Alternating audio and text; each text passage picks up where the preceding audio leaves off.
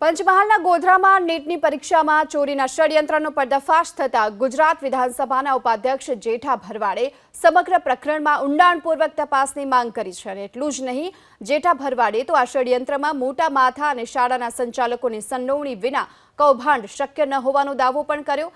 તો કયા ધારાધોરણ અનુસાર નીટની પરીક્ષા માટે કેન્દ્ર ફાળવવામાં આવ્યું તે અંગે પણ ઉલટ તપાસની માંગ કરી છે. અને આ પ્રકારની ચોરી કરાવતી શાળાઓની માન્યતા રદ કરવાની પણ માંગ કરી.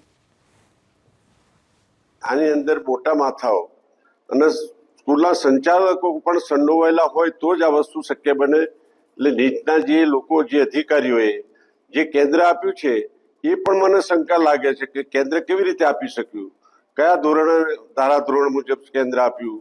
આ દરેક જગ્યાએ આની પ્રવૃત્તિ સંસ્થાકો જે ચલાવે છે, સંસ્થાકોની પ્રવૃત્તિ મને શંકાસ્પદ જણાય છે. એની અંદર ઊંડી તપાસ થવી જોઈએ અને જે સંસ્થાના માલિકો છે એના પણ ઊંડી તપાસ થવી જોઈએ એવી મારી માગણી છે.